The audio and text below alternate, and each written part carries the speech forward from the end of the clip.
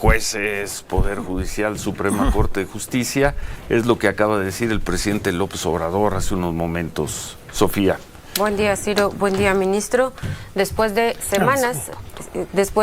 semanas pidiéndole a la Suprema Corte de Justicia de la Nación que resuelva el caso de los expedientes de pago de impuestos de las empresas de Ricardo Salinas Pliego, el presidente informó esta mañana que ya resolvió qué hacer con esos expedientes la ministra Norma Piña y resolvió darles entrada.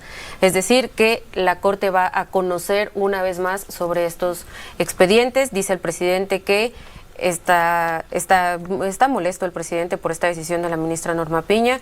Dice que además de haberle dado entrada fuera de la ley, decidió darle el expediente más grande, que es uno de 33,000 millones de pesos, a un ministro que siempre ha defendido a potentados.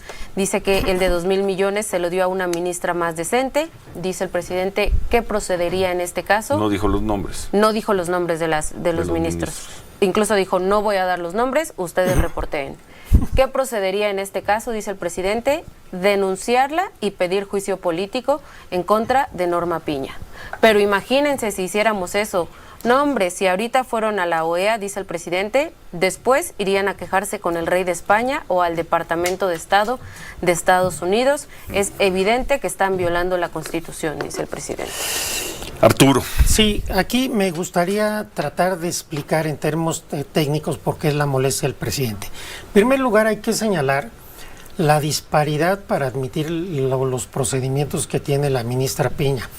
Hay temas donde parece que tiene un interés y lo admite al día siguiente, y hay otros donde se trata varios meses, como fueron estos casos. Y aquí lo que interpuso a quien se le decidió en el tribunal colegiado, en varios juicios, que tenía que pagar cantidades muy grandes de impuestos, es un amparo directo en revisión. Esta revisión en el amparo directo es excepcional. Solamente cuando hay un tema relevante de constitucionalidad se admiten. De lo contrario, se tienen que desechar. Si la ministra presidenta hubiera desechado estos recursos, las sentencias del colegiado hubieran quedado firmes.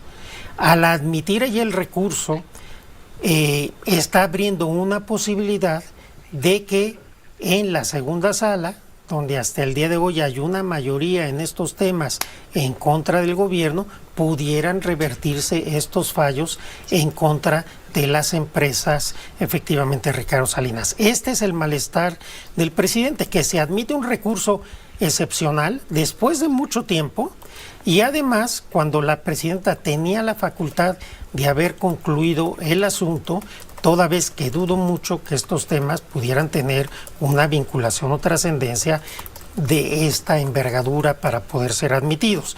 Pero esa es la molestia del presidente. Entonces, digamos, en términos técnicos, tiene un punto. Yo no conozco el expediente, no puedo prejuzgar, pero tratándose de asuntos fiscales, digamos que esto es lo que está en juego. Un tema que pudo haber terminado con una decisión de la presidenta de la Corte, tarda mucho en admitirlo, lo admite, y después sí turna los asuntos a algún ministro que, de acuerdo a la trayectoria, tiene cercanía con alguna de las partes. No que están es el ministro Aguilar. En este caso no es el ministro Aguilar. Se turnaron los asuntos, el de menos cuantía la ministra Yasmín Esquivel, sí, y el de mayor cuantía al ministro Alberto Pérez Dayán. Entonces supongo que a él se refería. Sí, seguramente. Bueno.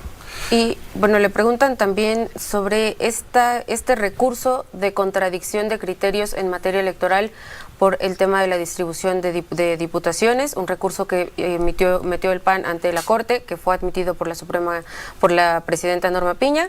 Esto es más descabellado, dice el presidente, porque según me informan, el PAN presentó un recurso de lo que decidió el INE que podría resolver el tribunal, y sin tener facultades, la Corte, torciendo completamente la ley, acepta este recurso de algo que no le corresponde atender.